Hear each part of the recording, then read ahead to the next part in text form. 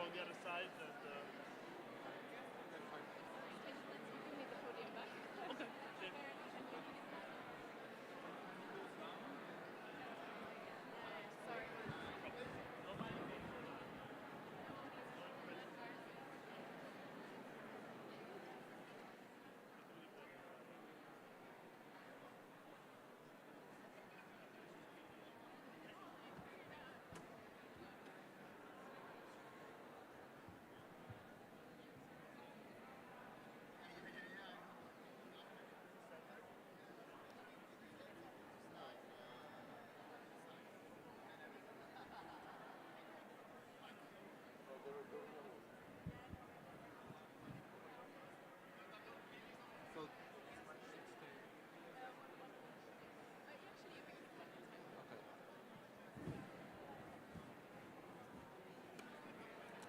okay.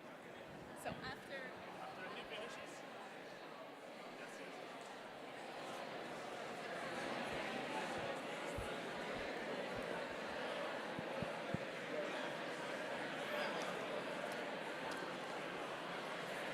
temperature is good for you. I'm actually going to take it from here. I don't even know my choice. I introduce you first and then. All right, thank you very much. I hope you had a good moment to breathe. We are going into the plenary, which is going to take about an hour and a half. So I'm going to invite you just very, very quickly to do stand up and just do a big, big, big stretch because you'll need it. It's going to be super interesting, promise, but you still need your bodies to be ready for it. And also just massage your earlobes. It's going to give you energy. I've been told. I've been spreading that knowledge in conferences ever since. Apparently it helps. Yeah, all right, shake it, shake it, shake it. And let me give a warm welcome to Taube Van Melkebeke, Policy Manager at Jeff, who will be taking over and leading this next plenary debate. Go ahead.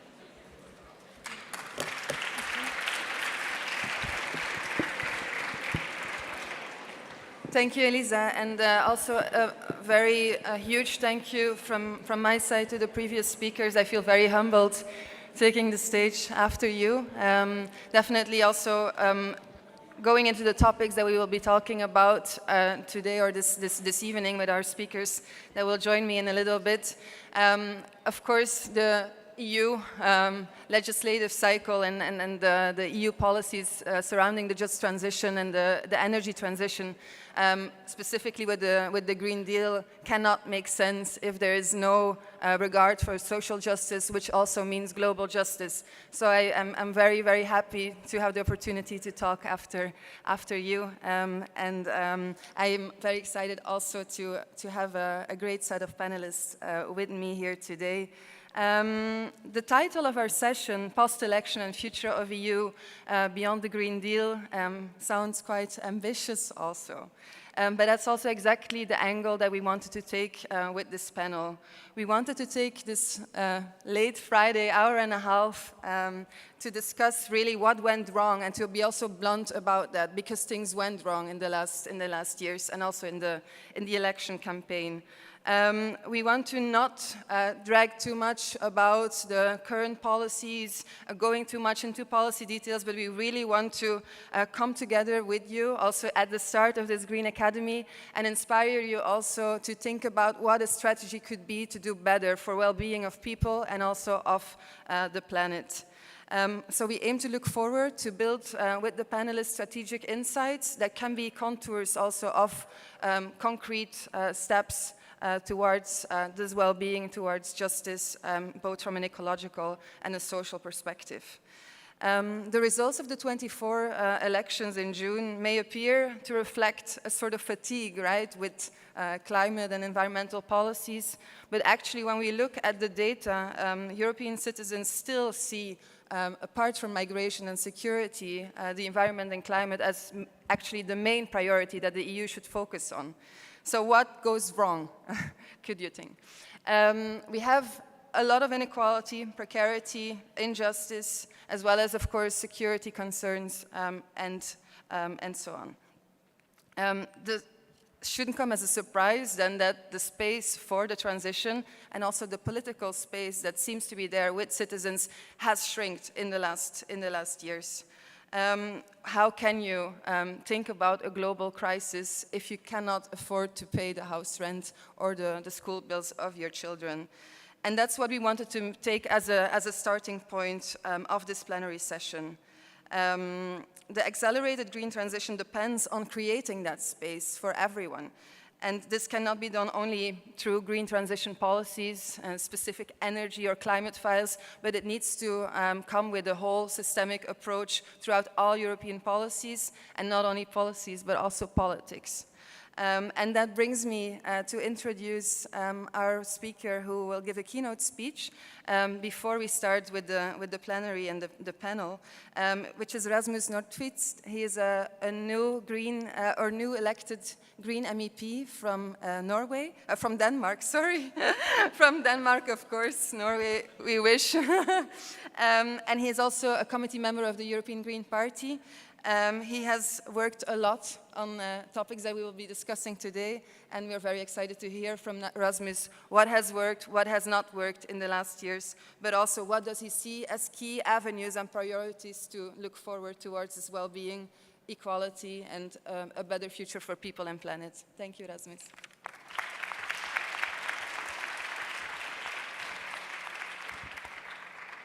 See, that would have been exciting news if Norway was all of a sudden part of EU. Well, thank you, and I also have to start by thanking the 4 speakers we just heard. It was both touching and energizing, inspiring, and also very good for us to remember the world outside of EU's walls. So thank you from the bottom of my heart, really, for sharing. And thank you for the opportunity to talk to you. I mean, I'm going to open up now, and then we're going to have, I can say, a killer panel that I really have been looking forward to listen to. We had a pre-call, and I was just like, oh, I want to hear more. So just wait, just a few minutes, and they'll be on stage. Because truly we have a lot to reflect upon and act upon after this election of June 24. And I could have come here with at least 2 different speeches. One could have been extremely gloomy, talking about just sitting in the plenary and see the space taken up by the right side of the political spectrum. It's scary. I could have talked about how Green Deal is now something we must defend and not something we can actually act upon. But I could also have taken a totally another approach, really happy-go-lucky and saying, hi, I'm from Denmark, and in Denmark the Greens came in as the biggest party. You should applaud there. I could also talk about that we actually have new faces in the group from the East and the South, and we don't only have 1 Italian, we actually have 4 Italian MEPs in the Green group. I mean, it's fantastic. But don't worry, I'm not going to ask you to choose which speech I have chosen for you, and it's going to be a mix of both of them. While the headlines, as you were saying, Taube, suggest that Europe is tired of Green Deal, I believe that it is much more complex and actually also more hopeful than it appears. Yes, there is concern about cost of living, security, and migration, and it is pressing issues that we should also accept is taking up space. But if we look deeper, and you said from the data, if you look deeper, we see that actually climate action remains an important priority. And I think the word action is actually the key word here. The question is no longer whether we need to act, but how we do so. And how do we ensure that we leave no one behind in the process? Because we cannot expect people to be excited about saving the planet when they're struggling with their paycheck. How can we ask them to embrace long-term green visions or even the short-term green steps when the immediate concerns are not met? I mean, when they fight with food prices rising and even to pay for the bus ticket if there is any public transport. So these everyday problems we need to face as Greens. And this is where the Green Deal actually faces a very critical test. It's not enough anymore to set out ambition targets or even creating bold policies. It's no longer enough that we make energy transition and then add on a social fund to make it feel good. We need to think policies together. We need to build energy transition that actually involves people everywhere in Europe. There's also another point I want to add on now that I got the attention. That's a good thing when you get a microphone, you can actually just talk about what you want. And you can leave the room if you don't like it, but I keep talking. But as green political voices, we should remember not just to fight against something. I mean, we have to fight for something. And when we look at the agenda right now being taken up by the far right, there is a danger that we just answer that danger instead of coming with the visions and the concrete steps we want to take. Nobody is going to vote for anybody who's just opposed to something else. And we need to show what we want. We need to show that future where climate action and social justice are not separate goals, but they are actually connected, deeply connected, where fundamental rights is a given, and when nature is alive and kicking, environment is thriving, and the ecosystem just keep on getting better, because it would be good for us. And we need to show people that. We need to get away from politics which are just words, but actually show it. Show the vision on how do we create a better life. What does it look like in 5 years, in 10 years, in 15 years?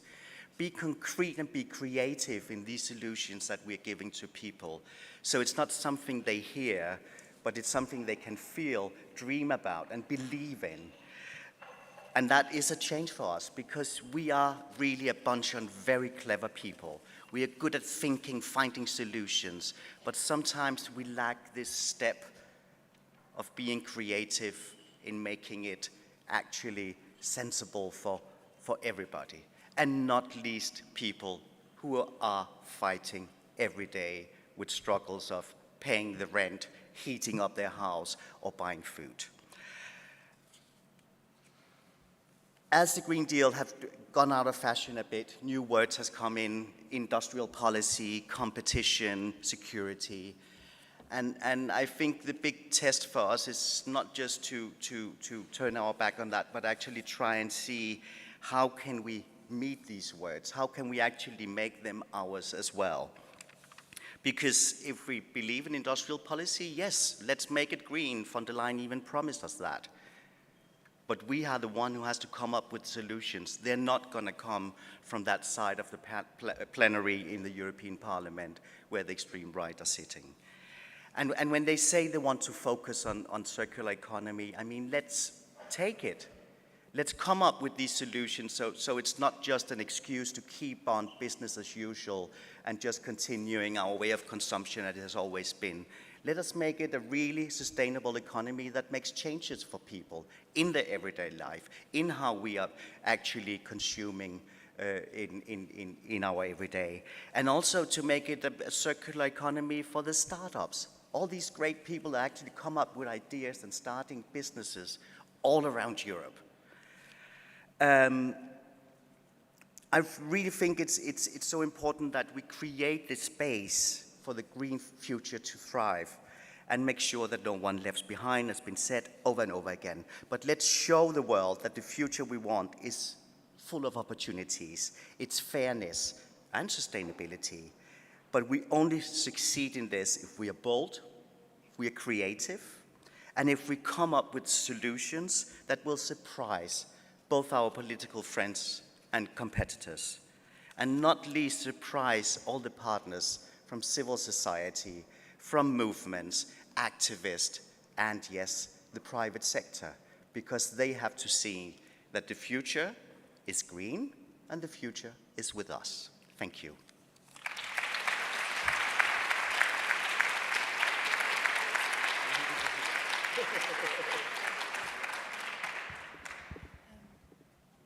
Can I ask someone to come bring this? I will also invite, and I think for you, are you going to stay for this? If you want, but we have 6 over there. I'm going to invite our other speakers, our panelists, to the floor here. Please join me. Rosa Martínez, Secretary of State of Social Rights in Spain and also Green Editorial Journal board member. You can sit here. Yes. Patrick ten Brink, Secretary General from the European Environmental Bureau.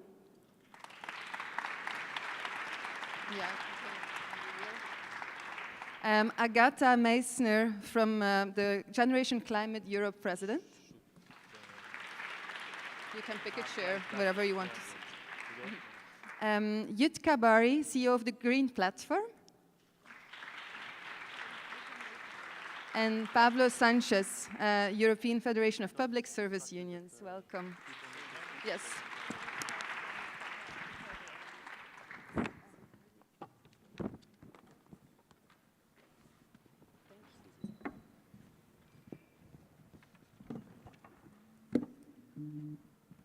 I'll bring some mics over here.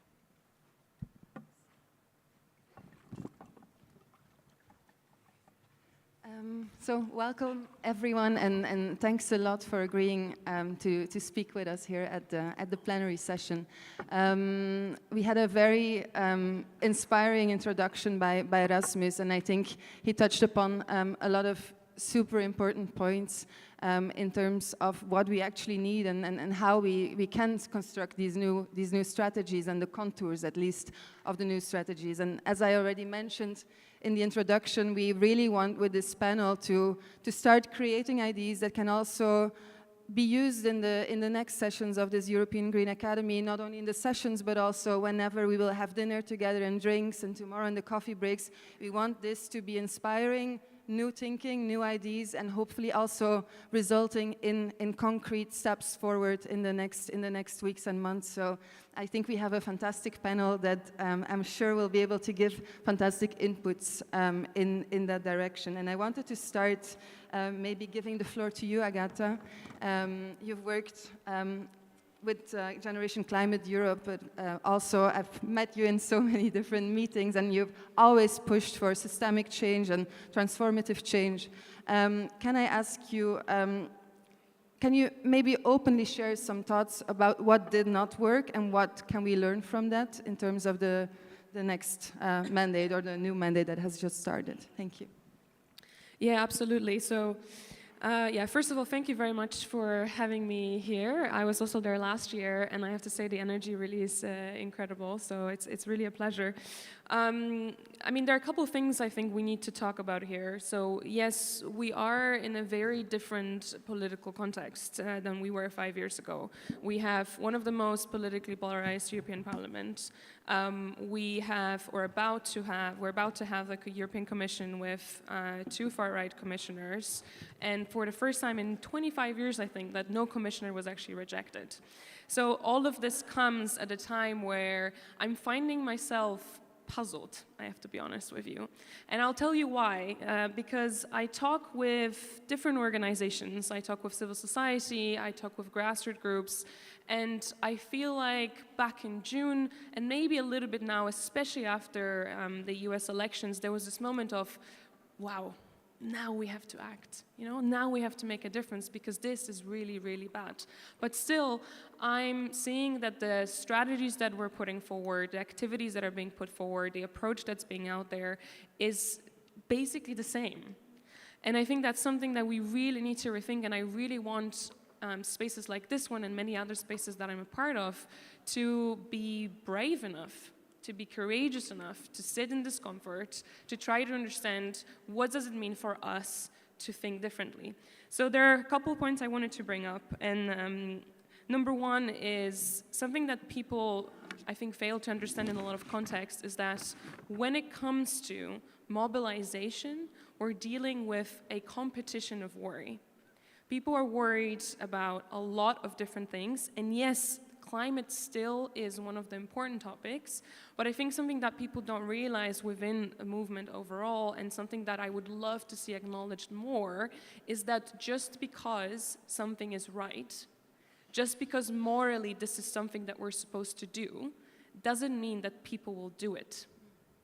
And I'll be really interested to see how we can step outside of those bubbles, how we can go out there, not with an assumption of the other people have no idea what they're talking about, or they're stupid, or they're uneducated, but actually trying to understand where is this really coming from. And I think this is really connected to the second element, which I would love to see more of, which is what I call radical collaboration. And I think we exist in a system that doesn't necessarily incentivize radical collaboration, especially as civil society organizations, where, yes, we constantly have to fight for funding, and we constantly have to fight for access to decision makers, and we constantly have to fight for making sure that we have just enough resources to make the work that we want to do. But I'm seeing more and more examples of radical collaboration actually taking place. Recently, I talked with an organization that a few months ago decided to partner up with 4 other organizations, and they signed an agreement where it said that they will never, ever compete for funding, they will never, ever compete for access, and they will never, ever compete for resources. And I found it to be such an important and refreshing perspective, because we're already competing with so many forces out there. Why is there so much competition in the movement itself? And I think this is something that we radically have to rethink, not just within topics and areas that we're working on, but also across the issues that are really important. And perhaps the third element that I really wanted to touch upon is this idea of what does it mean to act long-term? And for those of you who are maybe a bit more active in foresight, future generations work, you know that humans are not particularly good at thinking long-term. Not particularly good at thinking long-term. And I don't mean long-term as in 10, 15, 25, 50 years. I mean long-term like in 3 months. There have been multiple studies that show that if you ask someone what are they going to do, what are they planning to do in 3 months, they get paralyzed. 3 months, oof, that's a really long time, no idea. And so one of the points that I've been hearing a lot as a commentary to the reaction to the elections and also to the commission is, right, what are we going to do in this next mandate? How are we going to approach these different issues? And yes, that is a very valid question, but I want to hear more of is how are we building the movement and how are we building the transition for the next elections, whether they are the national elections, the EU elections, because this is not just a short-term issue. This is a part of a much bigger transformation. And maybe a last thing to mention here is some of the things that I would love to see more of is in spaces like this one and also others, is talking about how does the system really work when it comes to the ideas that we're supporting. So to give you an example, I know many of you, and I'm sure many of you work with philanthropy. We could do a whole other panel on philanthropy and how that system should change. But I think there's something to be said there about how are we supposed to look for resources and create spaces for alternative ideas and for new ideas, where if we look at a lot of philanthropic or foundations in Europe, but also in other continents, a lot of the endowment of the actual foundations grows because of investments in what? In fossil fuels. And you have no idea how many environmental foundations are out there that actually grow because of that. And I remember being in a conference a few months ago, which was a really big gathering of the biggest foundations, some of the biggest foundations in Europe. It's an annual conference that they bring together. And I kept walking around and asking everyone, right, so, you know, what do you think about this big issue? Because this is really important. We should really be talking about this. And there were 2 answers I got. One of them was, yeah, it is very important, but, well, I have to go to my next panel. Or, sorry, but I don't really have time to talk about it right now. And the other answer was, why are you always asking such difficult questions? So honestly, for me, this is really about the openness to not just changing the way we work, but also realizing that, yes, we operate in a system that's inherently unjust and inherently, as a system, does not support an alternative thinking in the way we operate. I'll stop here, but yeah, I think this is kind of where we are, and I would love to see more of spaces where, what I call, create opportunities for disagreement with kindness. Because I think we don't have enough of this. And if you disagree with me, please find me afterwards and please talk to me. Because I think this is how new ideas come up and this is how new perspectives can actually be created. Thank you so much, Agata.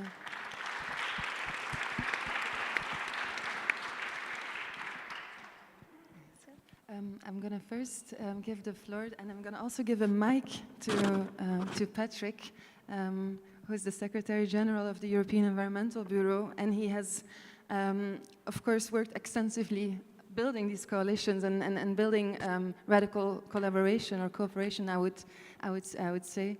But Patrick, maybe you have been also working in the sector for quite a long time. I wanted to ask you about also what Rasmus was saying. What are the main points that you see that we can learn, and in which direction can we go to make climate action and environmental policies again supported and therefore also possible in the next 5 years? Thank you. Great. Thank you very much. I just want to say I wish I wore a hat, because then I could take it off for the first 4 speakers, because I thought it was amazing. And I think that already gives part of an answer of it. In difficult situations, there are people who provide hope. And I think that's a really important message. So really, thank you very much. So to your question, I think what we've done at EEB, and we represent around 185 civil society organizations. Over the last 2 years, we've been working through saying, what do we need for the next legislative cycle? What vision can we create? So we spoke, of course, to all of the environmental community, but we said, but you can't just focus on the environmental community. The future is everyone's, not just the environmental community. So we also spoke to social partners, because we realized the Green Deal in the first 5 years was great in many areas on the environment, but the social elements was a bit of an add-on. So we said, okay, we definitely need more issues there. And then we also spoke to progressive business, because you can't move forward without actually thinking of the future that they can help create. And we also spoke to think tanks, because you always need a clever person in the room to make sure that you pull it together. So we spent 2 years, and we spoke to the policymakers to say, listen, we've got loads of ideas, these are some of them, to try to weed out which are the good and which are the crazy and which ones are practical. And so in the context of that, we created what we called the European Pact for the Future, which commits for a Green Deal, a social deal, and a one planet economy. And within that, so there's a number of elements to move forward. So the Green Deal is, of course, we think a lot's been done, a lot's been thrown under the bus just before the elections, but there are gaps, there's important gaps we need to address. So we still need to address the triple crisis of climate, and even if the political tides have moved towards the far right in certain areas, science hasn't changed. I mean, we all saw what happened in Valencia, we all saw what happened in Sicily. I mean, this is a tragedy across all political parties, across all people and all beliefs. So the science is still real. In fact, if you look at the data, the science is saying it's getting worse. So we still need to act, okay? So there are crises we need to respond to. If you also look at the science or biomonitoring about people's bodies, you see that PFAS, the forever chemicals, are actually plaguing a lot of people. I actually also had my blood tested, and I must admit I am polluted. I confess I'm polluted with PFAS. So we need to address that. And PFAS is something that reduces your ability to actually, your immune system to defend itself. So and it has lots of other issues. So we need to address the crisis, but we also can't be crisis because people get tired. So we also said we need hope. So we wanted to create an agenda of hope. So there are opportunities. So if you look at climate change, if you look at renewable energies, building restoration, heat pumps, all of these things can actually reduce the cost of energy for households, reduce the cost of energy for business. We need to embrace that. Circular economy means you can have access to resources and reduce the cost of them, because secondary raw materials are often cheaper. So we need to push for that. Well-being, I mean, that's what life's all about, isn't it? So we shouldn't focus on GDP growth all the time. We should say, well, well-being is important, support that. So there's response to the crisis, but there's also seize the opportunities. So that's only that is in the environmental picture. But then, of course, we need the economy to move forward, and people heard about sustainable competitiveness and so on, and we'll hear more about that. But we need the front runners to move forward. We need a race to the top, and not the danger of a race to the bottom, which we have seen often, which we will see. And so we need to also walk the talk. So to make it work, we need to finance. So we need to make sure the money is there. And now in the European Union, there's a great debate on the 1% of European GDP, the MFF, if you like. And within that, there's a LIFE program, which has proved to be amazingly useful across many countries for many stakeholders. And this is in jeopardy. So what we need to do is to fight for it, to make sure that LIFE is there in the MFF.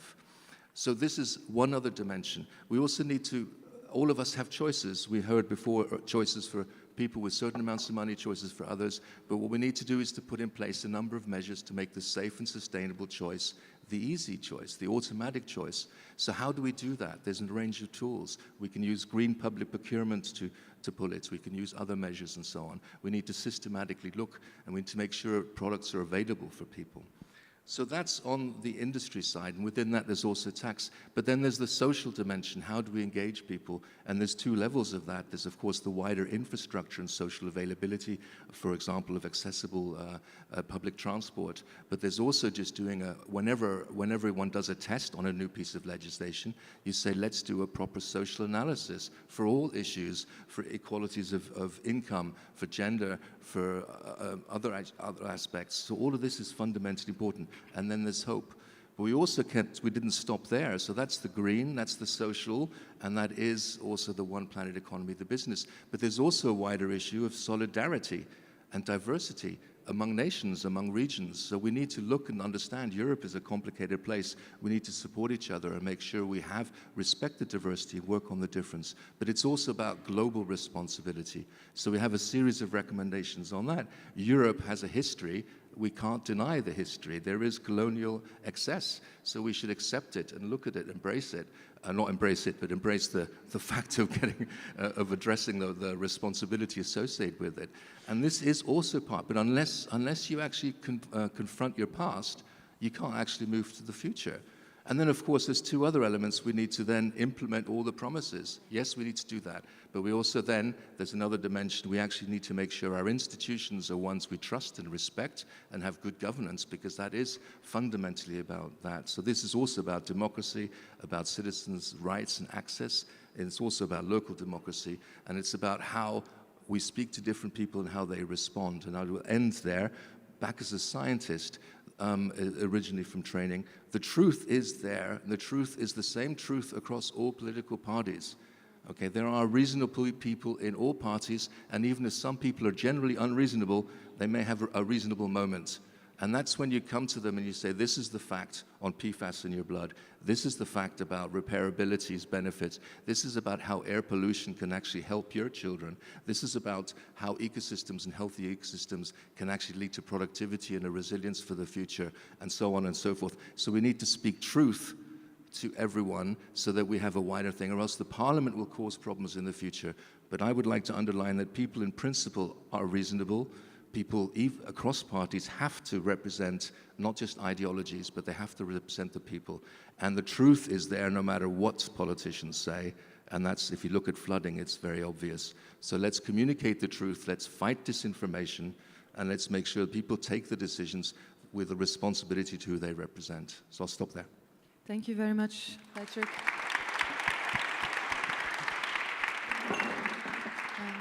Thank you. And I actually want to give the floor now to Jutka. Patrick is mentioning the implementability, but also the need to implement, as well as the rights and the human rights that are connected to these issues.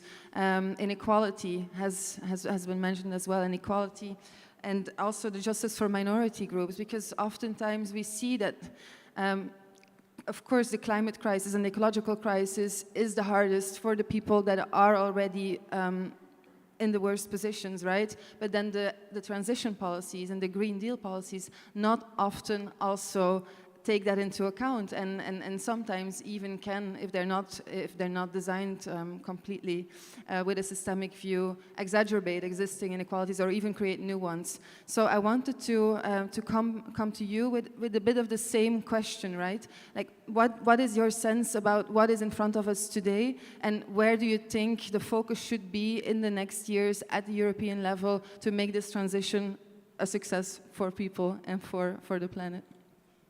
Very hard to talk about the issues after I was listening to the brave and great girls about their problems and where they are coming from.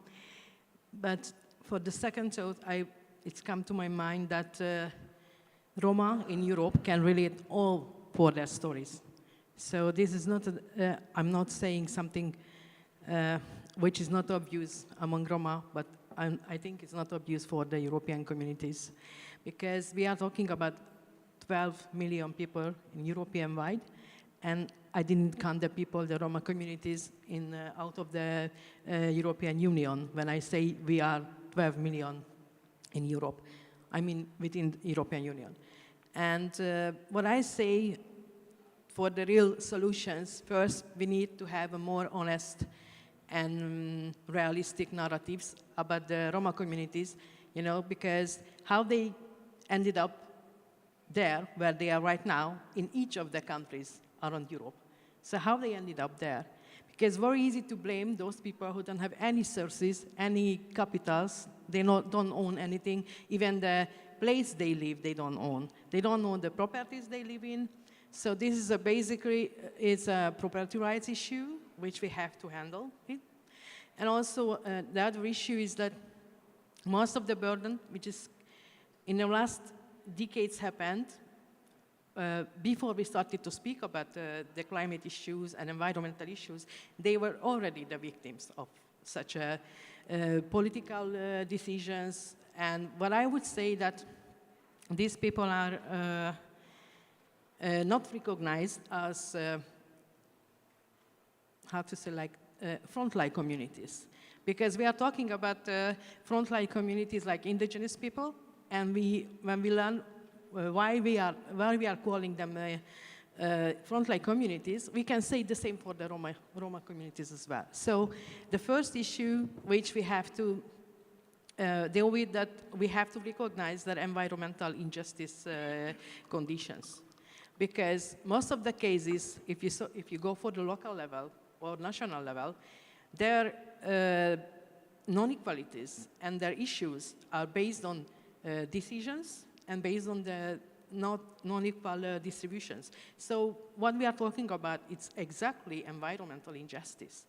And when we're talking about the European level, getting to the far right, the parliamentary settings, we are used to it, because our national parliaments and national governments are usually set like this way. So we are not surprised, but we are not ready, because we are dealing with the decades, but we don't know what to do with this. Because regarding to Roma, they struggle with racism and discrimination from very regular people. So they don't need to be far right to behave and to have the attitude against Roma like this way. The problem is coming when they are mayors, when they are police, when they are doctors. So it's happening. So having a far right issue in Europe-wide, and I would say that 10 years ago I was telling in the European Parliament that these people are moving forward from European and public money. They didn't listen to me, because we gave them mandates in any level. And now they are in the EU Parliament, and now they are in many other national parliaments. And now they are using the public money to express their views and to act against those who have different values. And in Hungary, there was people listen to these women's stories, but I don't know how many of you know about the situation happened in Hungary in 2008 and 2006, when 6 persons was killed just because they are Roma, and there was a serial killing, and there was actually proved in the court that it was because of motivation was racism and extremism, and also the court was hardly, but they proved that it was a terrorist attack, because they find Roma, how to say, like accidentally. They went to the last houses of the villages, because it's very easy to find where the Roma live, because they are living in the edge of any of the cities, any of the villages. So when you go for places, you can find very easily where to go if you want to attack Roma. I hope not.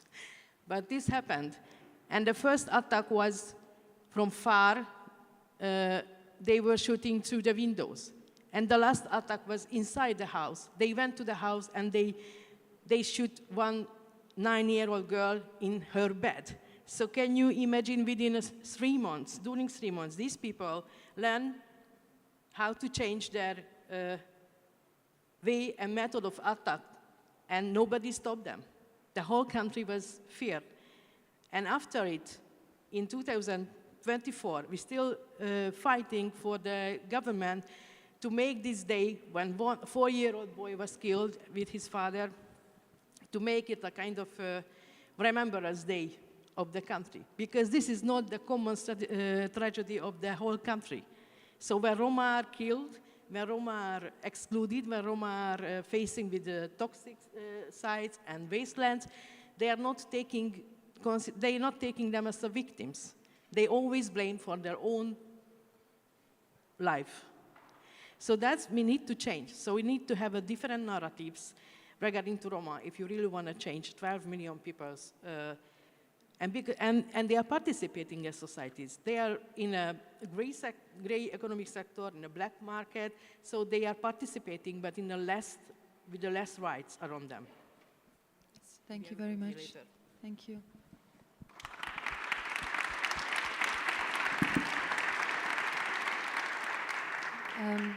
Thank you, Jutka.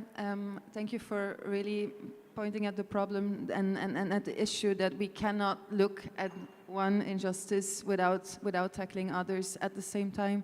I would like to give the floor now to Rosa Martínez, whom I think will be able to wrap also some of the elements that were already mentioned by the other speakers together, because Rosa, you have a lot of experience in policy making, but also in politics, and coming from Spain, the current context, there's quite a lot of things to unpack here that are very relevant for the topic that we are discussing today.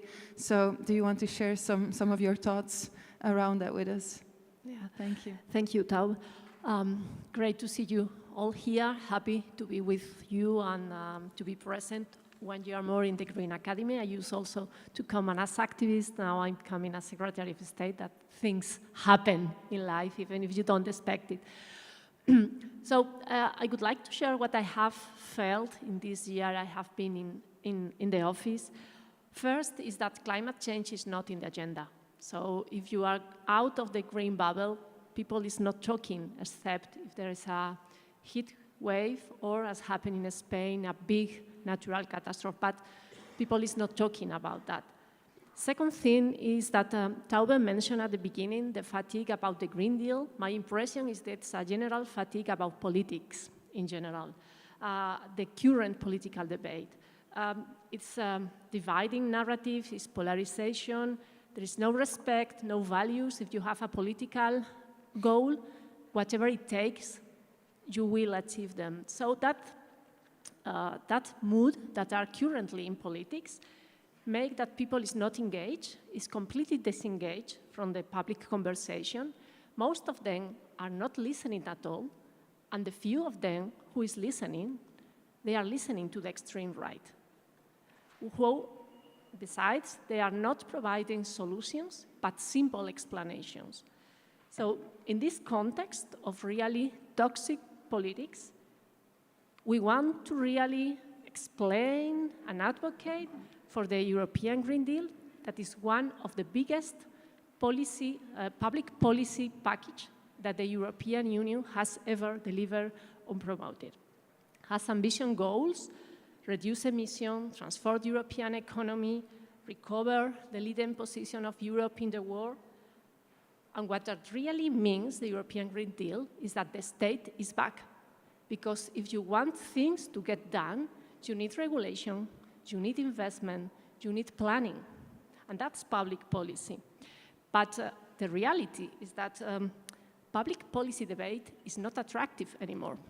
No one is voting for you in 24 for your public policies. No one is giving your opinion about your party or your delivery in office by your actual deliver, but the party you belong to, your identity, political identity, or whatever. And it is a perfect example what have happened in Brussels this week. Teresa Rivera has not been questioned by her position or support to the Green Deal.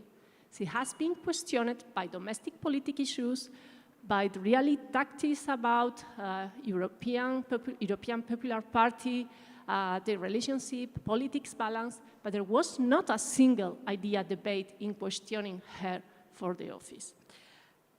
So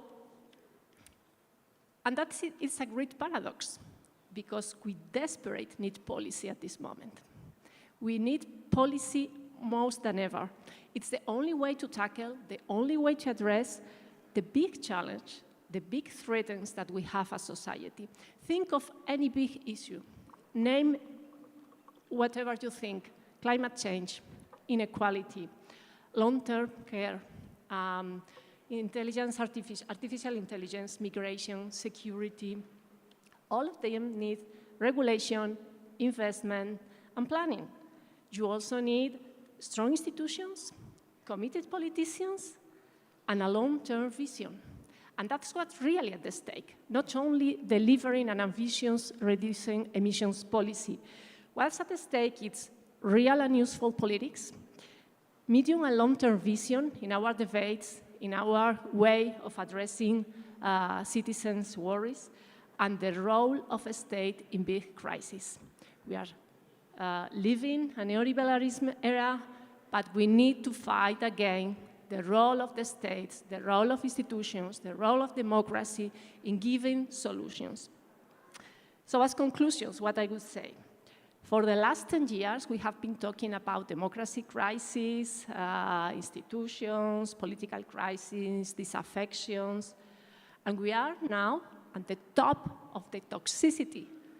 There are toxic debates, and we should be ashamed as Europeans when we hear stories, as we have heard, what's happening in the world, and we are entertained with kindergarten stories, tiny house of cards between politicians and parties.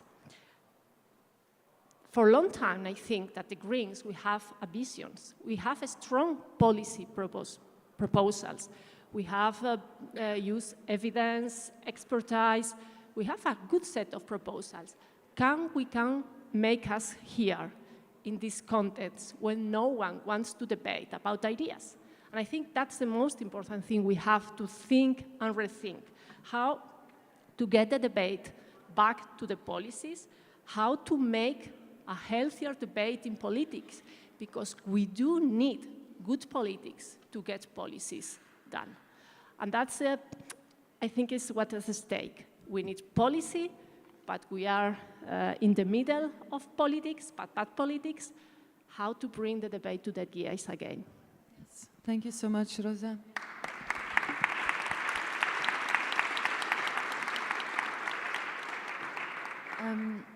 Thank you, Pablo, already for being so patient and waiting for this lengthy panel to come to you. But I think you're a great, or like what Rosa has just mentioned, I think is a very good segue to where you sit. The public service union and trade unions more broadly are, of course, incredibly important in terms of these politics and in terms of also conveying messaging, but also introducing constituencies into European policies, but also the politics. So I was wondering if you could share your thoughts, maybe on continuing on what Rosa says, but also maybe giving some insights in what, from the trade union perspective, can be improved in the current approach at the EU in terms of transformation thinking, if it's something that has not been mentioned yet by the others at the panel. Thank you. Yes, thank you for the invite, and thank you for the previous speakers. So I'll take half a minute to introduce, because I'm the only one who's has green or environmental in the title. So I represent an organization, a European trade union organization that organizes workers in the public sector. So that is your firefighters, your healthcare assistants, your nurses, your doctors, sometimes less, self-employed many often. The people that goes around in your cities cutting the trees after storms and things like that. So that is just to say what we do.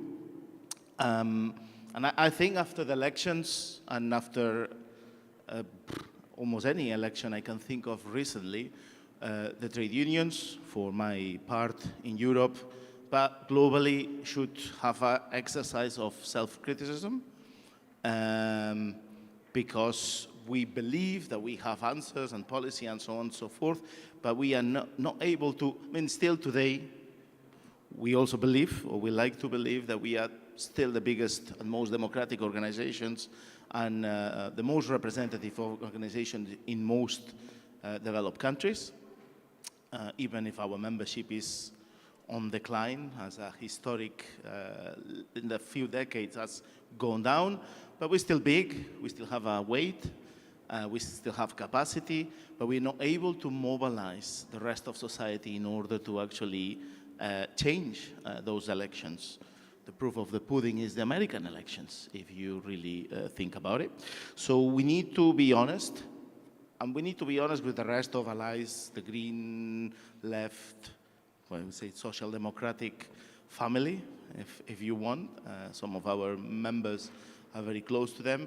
And because there is a huge gap between perception and facts. And most of the progressive governments that we have in many countries would tell you, and ministers, and I'm not having a go, but would say, we've done this and this and this and this and this, and yet the perception of our members, of people, of those nurses, of those people working at the workplace is very different. It's disenchantment. And you have those that are more close to the structure that try to convince, and they tell you, we don't manage. And it's partly for what someone, I think Rasmus was saying at the beginning, it's what we have lived through in the last few years is a sort of worsening of the living conditions that has put a lot of people against the wall, and it's just immediate survival. I mean, it's actually quite astonishing what has happened in the last 5 years, which is, you probably remember, is very past in the memory of people, but it was a global pandemic. And what we saw is most of you, most of Europe, most of the world applauding nurses. What happened immediately after the pandemic? It was wage cuts, reduction. They were sacked. People that had been employed to actually work in hospitals were released, like if did not have happened. And instead of making the case for more public services, what happened is, after, and I disagree with this sense that the European Commission is doing the same, it's not.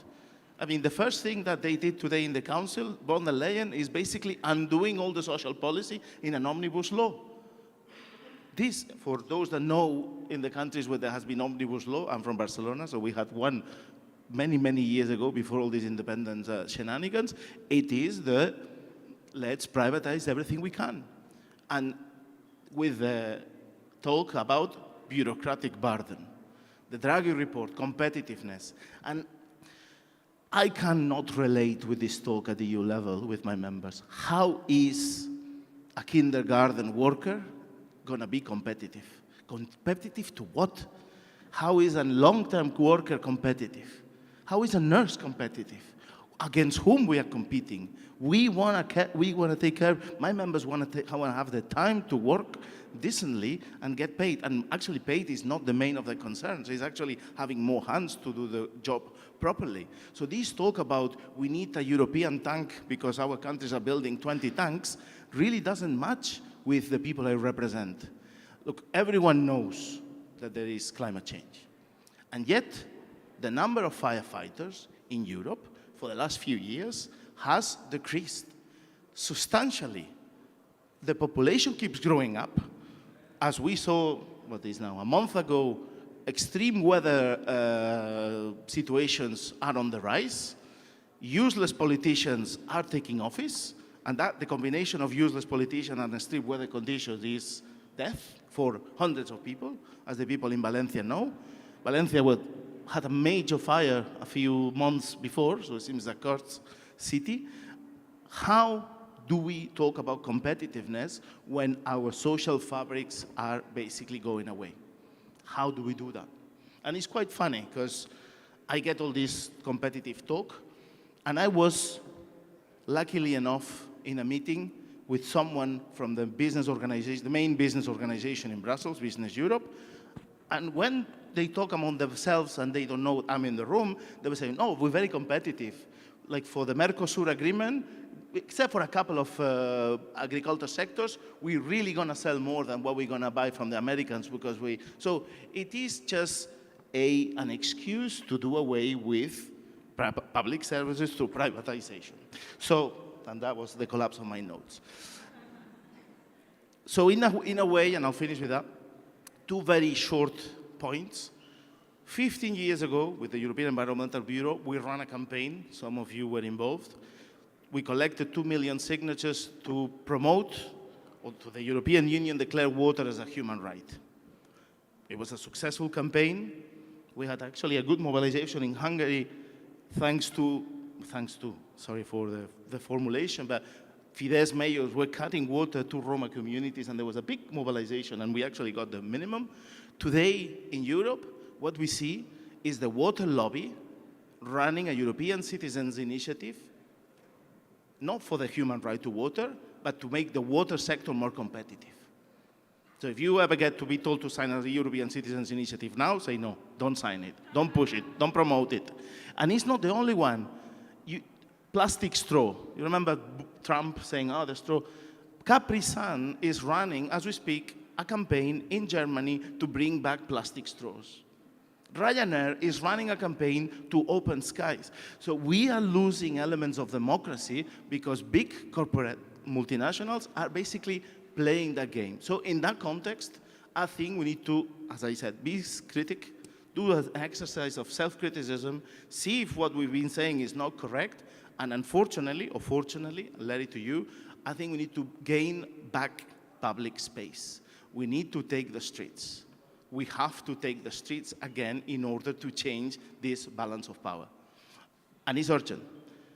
In Sweden, it's been almost a year, a strike in Tesla, as a known company doing electric cars. But this is the Swedish labor movement is not able to turn the twist, the arm of that company. This is, is a big, powerful organization. So we need to gain back some spaces in which we can actually change the balance of powers in society and re-engage thousands of people who do think that housing is a major issue, that healthcare is a major issue, that social protection is a major issue, but we need it together. Each one of us, water is a major issue, of course, but each one of us fighting in our corner is not gonna. And one final thing for European organizations, we need this to come up, bottom up. In the last few years, we've seen a disengagement of people from the European level, and it's more and more the issue, and we need people like you to bring the issue back from your town to Brussels. Thank you.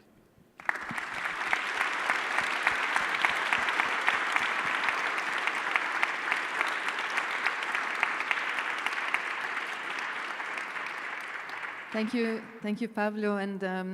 And we're going to go in the next round, going a little bit more into concrete policies. And I think Pablo gave the perfect start to that.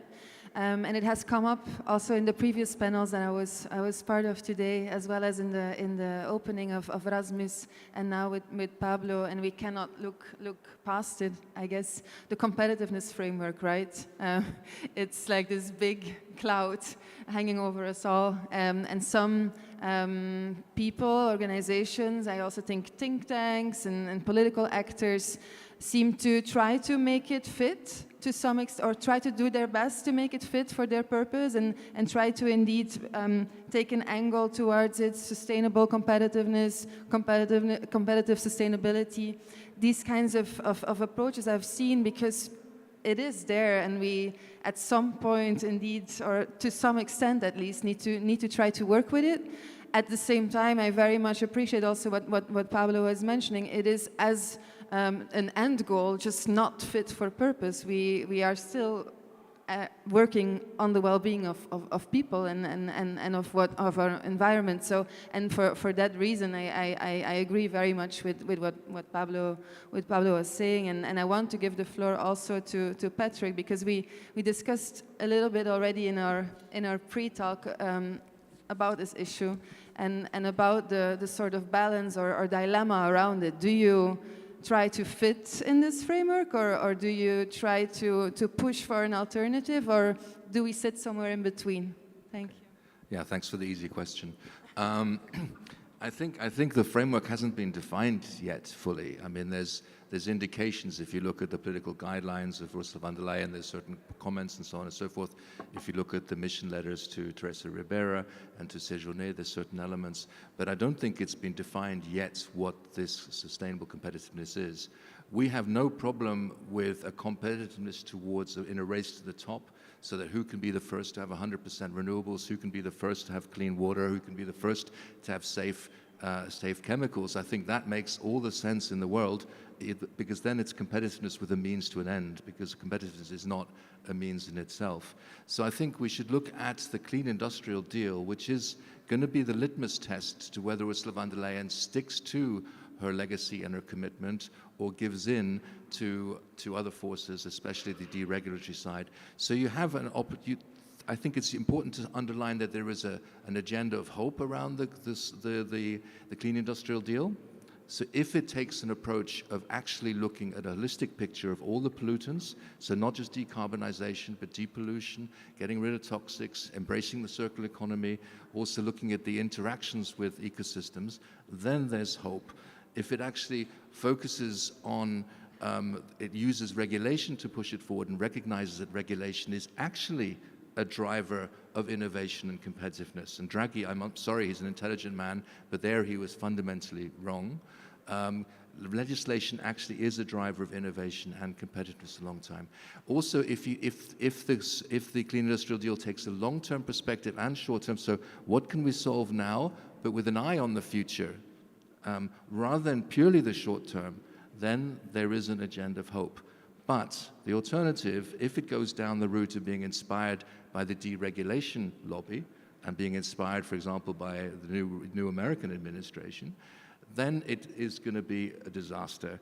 And if it's going to embrace false solutions on energy, so if it goes away from renewables and energy efficiency and sufficiency, but embraces nuclear and carbon capture and storage and the wrong hydrogen, then it will be a missed opportunity. So I think we stand in front of a choice of, can this actually be something that drives it forward, or will it be a fundamentally missed opportunity, or even worse than a missed opportunity, something that actually makes us step back? And I think that's where all of us have to sort of engage in the framing and make sure that we could work with those people who can make it have the positive framing, have a chance of success, because otherwise we just end up, by resignation, we end up becoming part of the problem. So I think it is potentially for an agenda of hope, and then let's be competitive in a positive way, but leave competitiveness out of it everywhere else, because it is actually a bit of an acidic term, which doesn't really help in many other dimensions. Yes. Thank you. Thank you. And I'm going to come to you, Agata, on that, because Patrick mentions a few opportunities that he sees in the current context, and I think within the current context, it's extremely important to really leverage the ones that we still see there, and to really try to also use them as a crack in the door to continue to build also transformative change. I wanted to ask you another very easy question. Do you see opportunities within this framework yourself as well? Maybe additional ones, and then the ones that Patrick has mentioned, and also in the broader terms, the current agenda that is being put forward at the European level. Where do you see opportunities for a positive agenda? Thank you. Yeah, you're very good at asking very easy questions. Well, I think there's a lot to be said there. I mean, building on also on what Patrick was talking about. I mean, of course, the clean industrial deal is on everybody's desks if you are in a Brussels bubble. But I think this is also a recognition of what does it mean for us to work at the European level. And I think that's a question that a lot of us as networks are asking ourselves, as coalitions are asking ourselves. But I think the reality also is, and a couple of you mentioned this in the first round, is that the situation we're dealing with is not just a matter of choosing the files that you want to work on, or saying, right, like this is a good entry point and this isn't, or we should be writing a report on that, but we should be writing a brief on this and doing a series of social media posts on something else. I think what I'm more interested in is the recognition that the public institutions and governments as a whole play, really, and the level of trust or lack of it that we're having also at the national, at the local, at the grassroots levels. There's a very interesting study that came out last year from the University of Cambridge and Oxford that looked at how do the different generations approach governments, and particularly, is there more or less trust towards governments? Surprise, surprise, there's less and less. And it's to the extent that it's changing very, very rapidly. And on top of that, there isn't just less trust, there's also more polarization. Now, we talked a little bit about polarization in the panel today, and was also mentioned a couple of times before, but I think when people talk about polarization, they don't really understand how important it is. In that same study from those two universities, they also looked at the preconditions for the biggest conflicts in the history of humanity. And the first and most important precondition for those conflicts was the highest level of polarization in those societies. And this is something that I really want to pay attention towards, because I think in many spaces we've created these kind of discussions of it's either this or that. You're either for or against. You're either really smart or really stupid. You're either educated or uneducated. You're either progressive or not. And this is where I think it's really important to have a conversation on what does it mean for us to actually collaborate with each other. Because in many ways, what I think we've lost a little bit is that connection of trying to understand how do we actually create and mobilize different communities? How do we bring people together? And I know you asked a question about policy files, but I think it's very much is the same story. How do you bring on board the opportunity to be able to influence policy, to be able to influence the way we do politics in a way that brings people together? And this is, I think, something that even as I'm going to assume environmental and organizations and groups we do very often. I mean, look at some of the studies that are coming out, some of the reports. I think we're polarizing the conversation in many ways sometimes. And this is not to say that we shouldn't stand for what we believe in, because we absolutely 100% have to. And we absolutely 100% have to defend that vision for bringing social and environmental together. But I think we also need to be a lot more critical about what is the kind of society, what is the kind of public discourse that we're contributing to, and what is the kind of support that we're creating for the many different issues that are on the agenda today. Thank you very much, Agata. Going back to Jutka now as well. Do you still have a mic there? Yes, perfect. I wanted to follow on your first intervention on the focus of participation of groups and also recognizing groups that are on the front line. How can we concretize that? How can we give ideas to people here with us today when they go back to their jobs? Most of them working here in Brussels, a lot of them also working in other European countries. But how can we make that happen in practice? How do you really create this participation that you were talking about, which is not only reaching the people who have time to come to public consultations, people who have the resources to be engaging or to be engaged, but to really build a public participation that is stronger than the one we know today? Maybe I will ask a bit more, not only for the participation, but I feel very important to take serious the Aarhus Convention, because it's not taken serious for decades.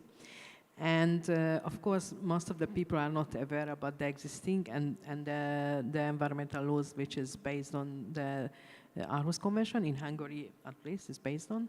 And what I would say that regarding to the development processes of Roma communities, and there are a lot of opportunistic players, and that's why we don't see so much change. Even a lot of investment are done, and I think this is very important to find out what are the key points for having real participation behind the Aarhus Convention, because these are very hard laws, and but the inclusiveness, it's never against competition. We need to learn.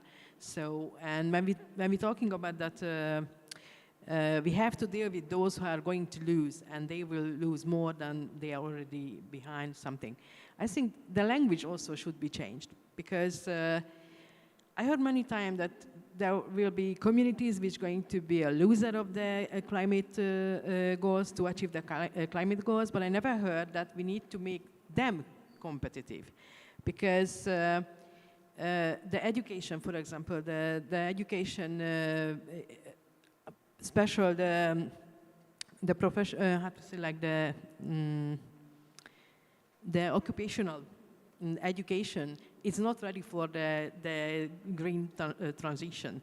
I think we should really focus on that one on a policy level to give more fund for that, to convince the people who are in the educational sector, even in the private one, to make them interested to start to teach these new occupations and reach out to those who are usually out of the school system, or, you know, in Hungary we have 16 years for the obligatory level of education, and this is ridiculous because we had before 18, and when they changed it for 16, 70,000 kids just lost in the educational system. We don't know where they are yet.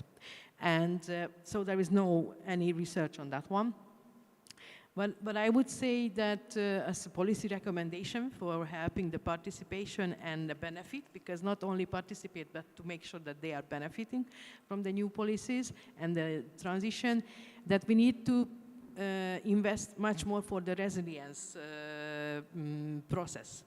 Because we dedicate, I mean, we Europeans dedicating some budget for the climate goals to achieve them in 16 policy strategies, but I don't see that how much is the percentage of going for resilience fund or goals for resilience, make resilience the communities itself, and we also need to measure the impact. And because, you know, the very bad experience happened in the Roma decade. It was 10 years, and we can say nothing has happened, nothing has changed. Very easy to blame the victims or the Roma itself. But really, there are a lot of opportunistic players in the NGO sector, in the political sector. When the funds for Roma are coming, a lot of people want to help. And they are really participating, but I don't see the results of them. And NGOs, and not only NGOs, but they are growing. They are getting, in a way, like richer in knowledge, and richer. They go for trainings. They go for a lot of, but the communities are out of this play, let's say. They are never reaching the communities. So when we are speaking about CBOs, it's not mean that it's a bottom-up organization. It's never happening because Roma communities itself, very few times they have their own organizations. And so we have to be careful with the funds, and that's I recommend to have a kind of direct funds from donors to communities, and not to left out the very well-developed and very well-knowledgeable NGO sector, but be careful who are the good players and who can really provide you results from the last 50 years, let's say. I think we need to do a bigger research on what is the impact of the last decades regarding to Roma development. Thank you. Before we start a new one. Thank you. I don't think the term dropped already in this panel, but oftentimes when we talk about the future of the EU and beyond the Green Deal towards a systemic transition, we talk about narratives, right?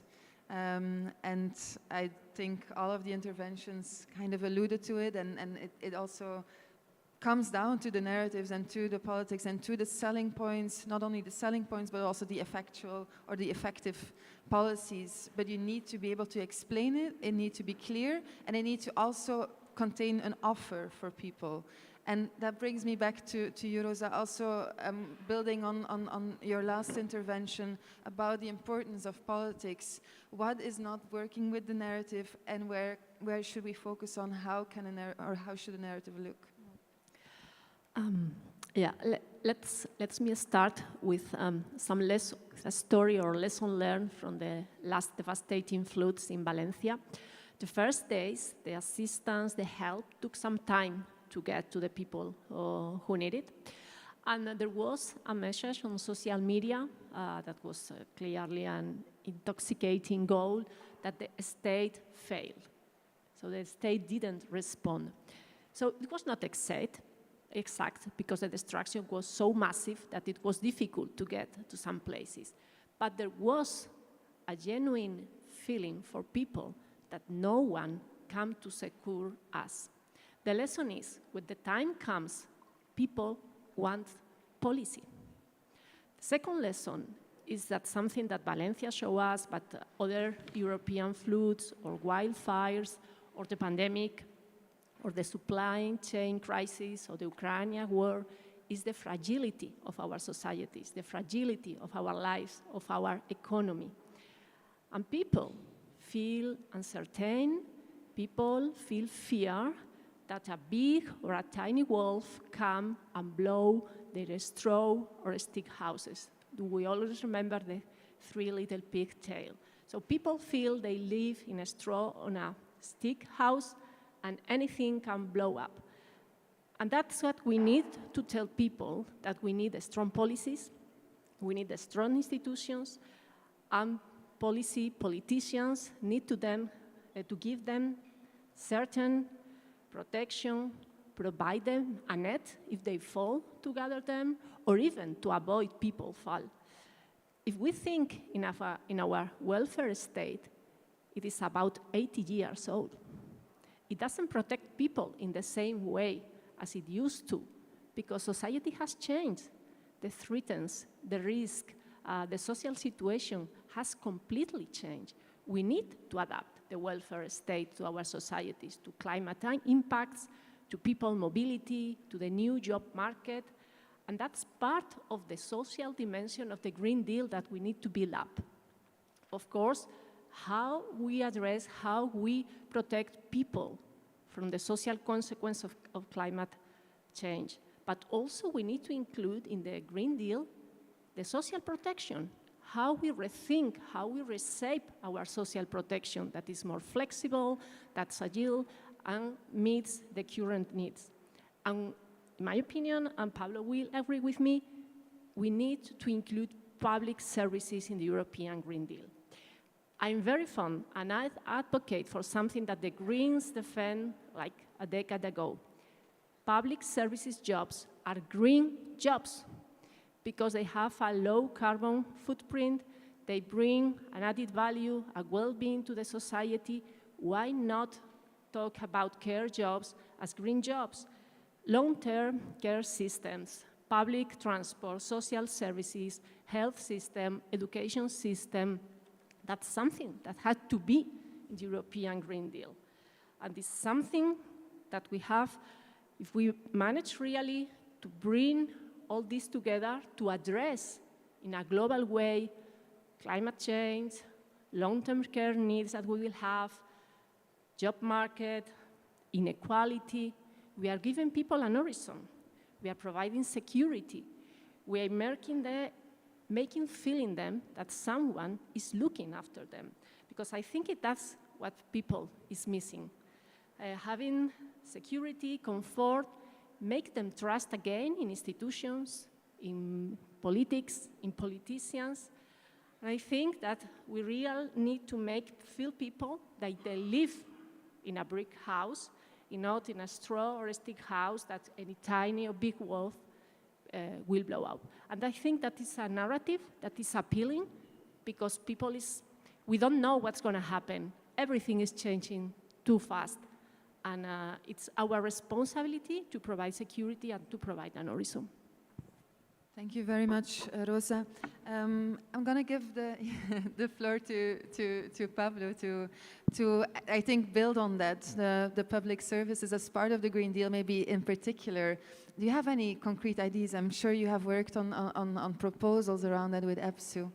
Yes, well, I mean, it is true. But very short, because we almost need to... 3 minutes. This is falling down. Sorry for that. It's because of the... No, it's because there is a... Sorry. Yes, we have worked, and we did work with Sarah Mathieu last term on a report on green jobs. And it is true, they have very low footprint. We need more teachers, we need more nurses, we need more care workers, we need more public transport, and so on. So we need more inspectors, food safety inspectors, environmental inspectors, tax inspectors. And yet, it's the contrary what's happening.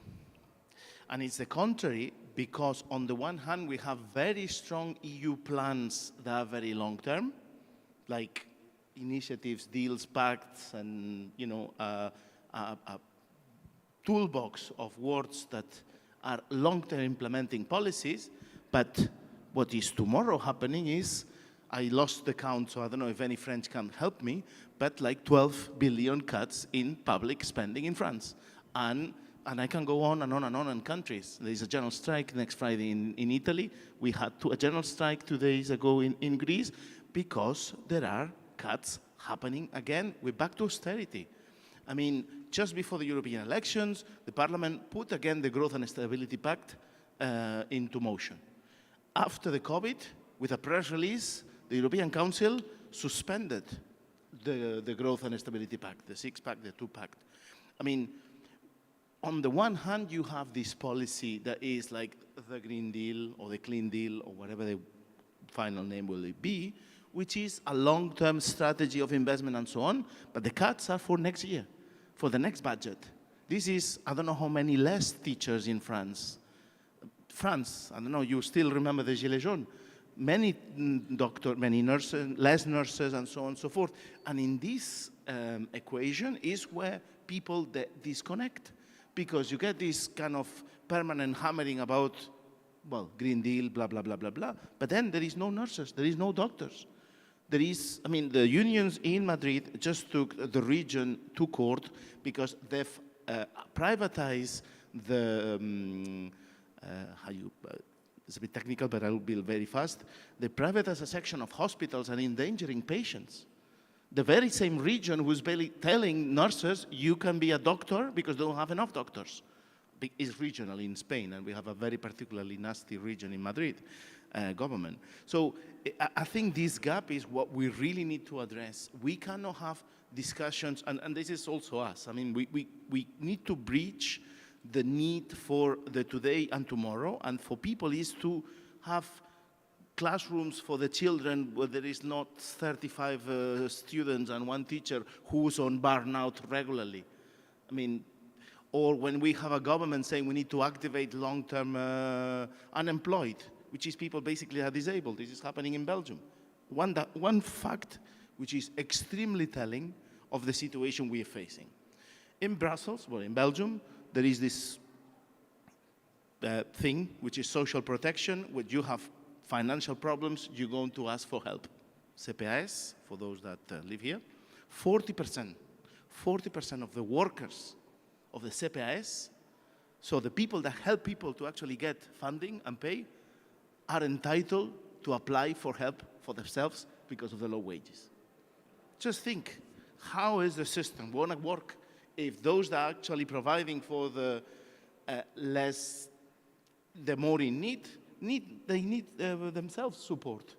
And that's the situation of public services. So what we need is a really rethink of what are the priorities of our society and breach the local, the immediate policy with the long-term plan. Because there is a breach and there is a logic. And it's true that they are very low. We need more of that. We need less, to be honest, we need less tanks and more nurses. Thank you very much, Pablo. Unfortunately, we will not have time for a tour de table, but I hope our speakers can stay a little bit longer and also catch up with you over drinks this evening. I'll not try to summarize this panel because I think we really succeeded in having very different voices from very different expertise around the table. And I think that's what we need if we think about the future of the EU and looking beyond the current Green Deal. I think we need to focus on quality, equality, well-being, health and justice, really approaching it from a systemic view and making sure that it's funded and that the sustainability approach is not only looking at one dimension of it, but looking at a systemic vision of sustainability. It's a first go, and I hope this can inspire some of the conversations you will be having, and also some of the panels that will be held at this European Green Academy. I want to thank all of my panelists very much for sharing your insights. It was great to have you. Also to Rasmus for a great introductory speech. Thank you so much, and have a great evening. Thank you.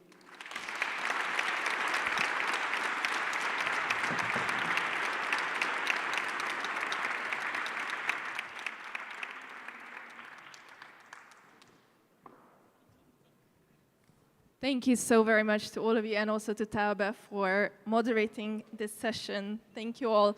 How are we feeling? Woo! We will need you for 10 more minutes in this room, and then I promise there's finger food, okay? So that's the deal. 10 more minutes here, and then you get the food. How does it sound? Yeah, particularly about the food. Can someone click the next slide? Thank you. Let me very, very briefly tell you what the program looks like for the rest of the day. Oh, my clicker is here. Huh. We will have a closing message from Benedetta de Marte. Then we will have reception and networking with some finger food. You have tokens. Finally, it's time to use your tokens. Let me tell you, you have 4. Use it wisely. Those 4 are for today and for tomorrow. You can make it into a currency and exchange services. I don't care, but that's all you have, so make wise choices tonight.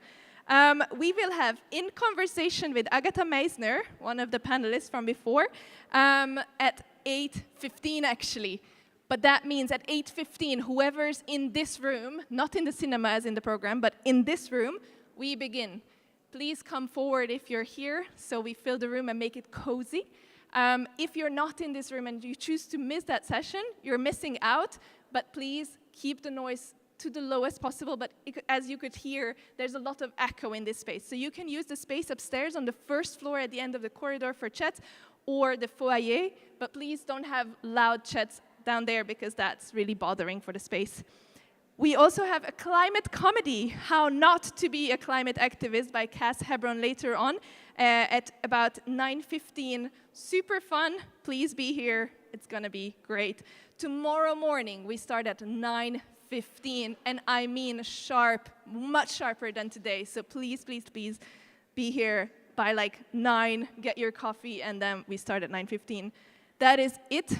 For now, let's give it up for Benedetta de Marte, Secretary General of the European Green Party.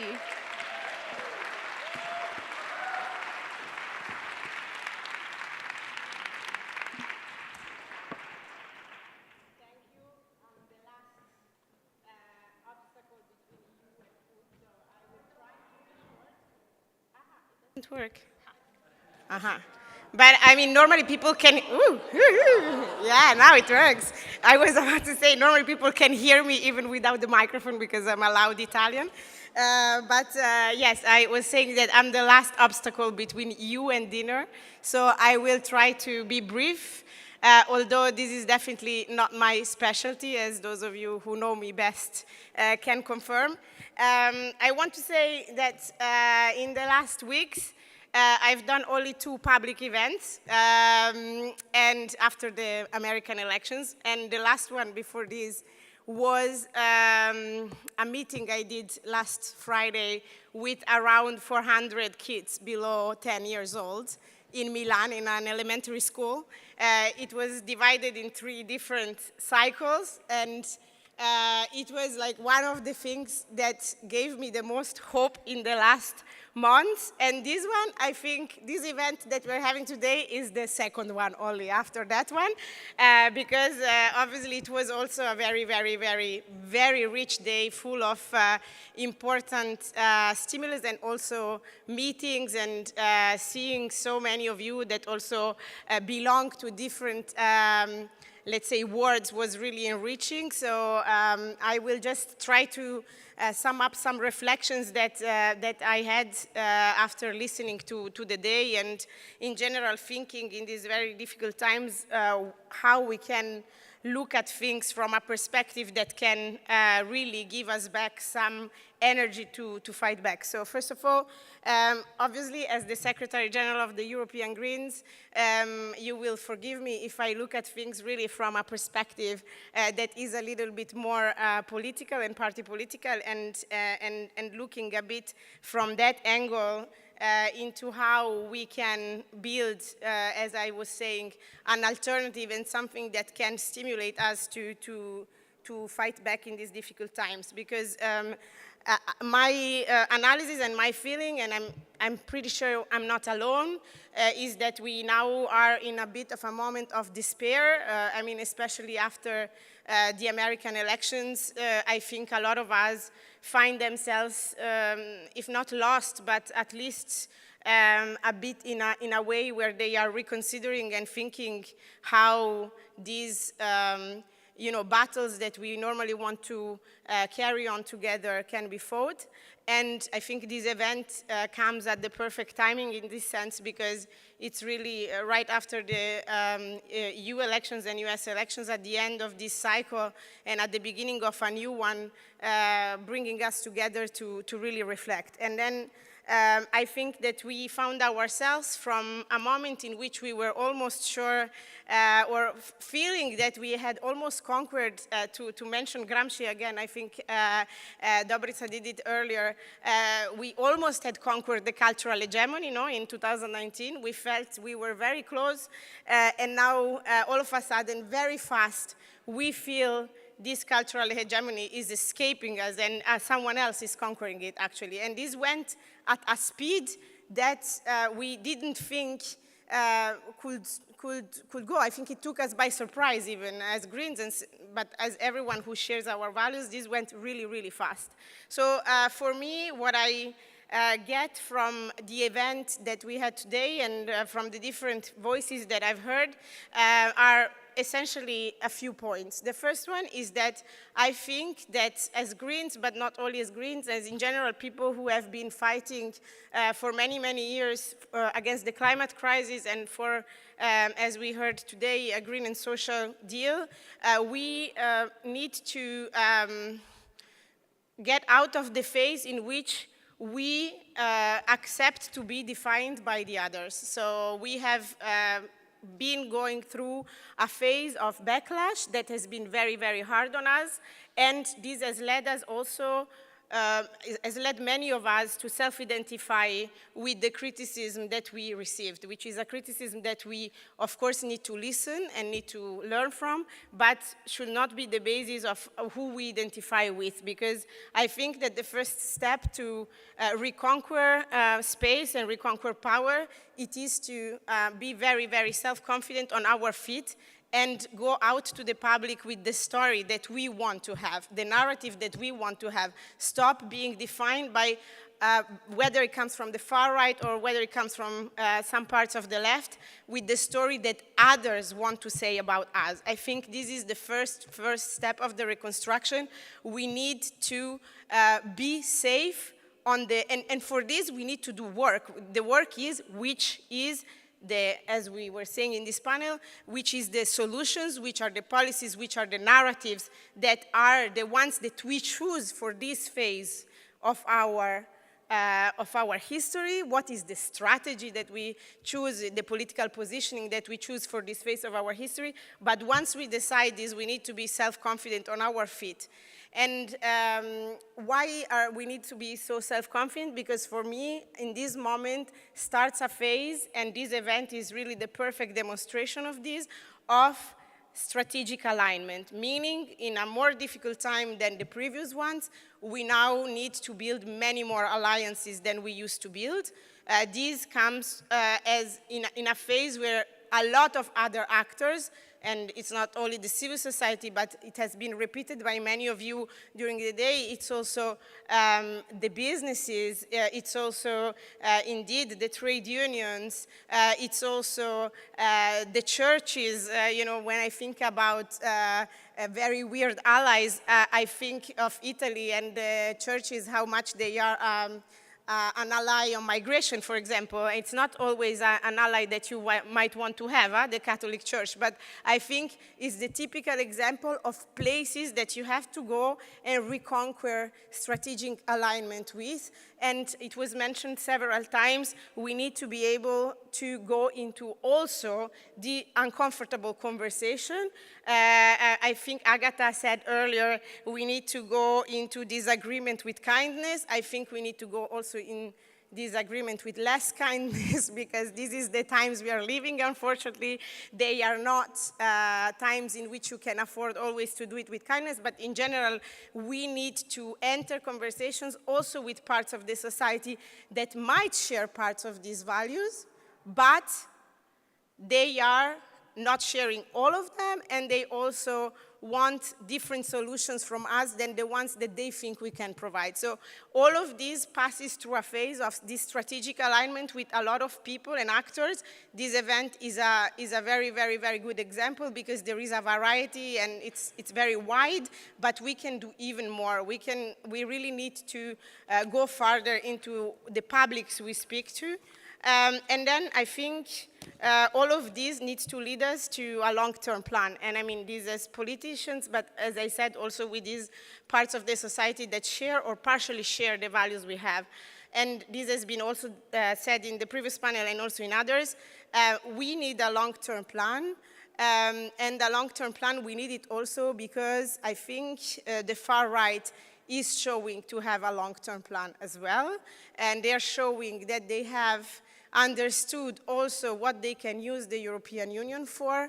I was shocked when I learned that Santiago Abascal will become the party leader of the Patriots, following what Meloni did very successfully with the conservatives in Europe. They are having a plan. They're also having a plan on how to weaken Europe from inside, but keeping it as a useful tool for them to succeed with another agenda. If you look at who was there in Georgia the day after the elections, it was only Orban. It was only Orban giving the stamp of fair elections to Georgian dreams, and who was there from the progressive and the democratic camp? There was absolutely nobody. They are having a vision that we need to have as well, and this is a pro-European, I think as among the pro-Europeans, the Greens are those that can really have the pioneering role in re-bringing back the pro-European conversation on the table, also for the other democratic political families in Europe, because if we lose ground there, and if we are not those that lead the way to enlargement, that lead the way to also this European Union of, I think it was said earlier also by one of our great keynote speakers, but cooperation and solidarity, no? And we use the European Union as a different tool, then I think we're going to be in a very, very big mess. So this is also an invitation to really put the European conversation, which I think we lost a little bit in the last years, especially when I look at the Greens having to have national government responsibility. It was really not something that, you know, the advancement of the European project was not something that we had as a priority, because we were all very busy in advancing, of course, our policies in many other fields. Now it's the time for me to reconquer space in that area. And then lastly, I think, and also to go back to the point where I started with the children, I think our other generational challenge that we have on top of tackling the climate crisis is tackling the democracy crisis. And I think this is the other major challenge that we have ahead of us. We are in a phase of deterioration of democracy. It was said also in different of the panels today, we are in a phase where we really need to make sure that we build back the trust of citizens towards the institution, but also that we are able to fight back against those that are deteriorating our democracy. And for this, we need organization, we need power, we need money, we need to be less let's say, ideological about a series of things that normally the Greens are a bit ideological about, like, for example, raising money. and we need to prepare for a phase that it's going to be very, very difficult, but it's not because it's going to be difficult that we are less needed. On the contrary, my message to you is that us as Greens, but also as a large, let's say, community of people who share somehow our agenda, we are more useful than ever, and it's time to, however, roll up our sleeves really big time, because it's not going to be easy times, and difficult times require a lot of work. So I think this is a great start for continuing these conversations, and I hope you can have fun these 2 days. Those of you who want to come, we're going to have a Congress of the EGP also in a couple of weeks, so I'm sure a lot of you are going to be there as well. But for the others, please, we can continue our conversations there, and thank you very much for everything that you're bringing these days to us. Thanks.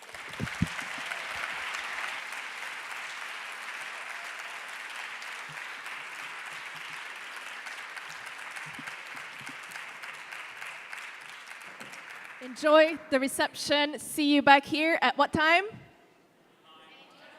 8:15. See you soon.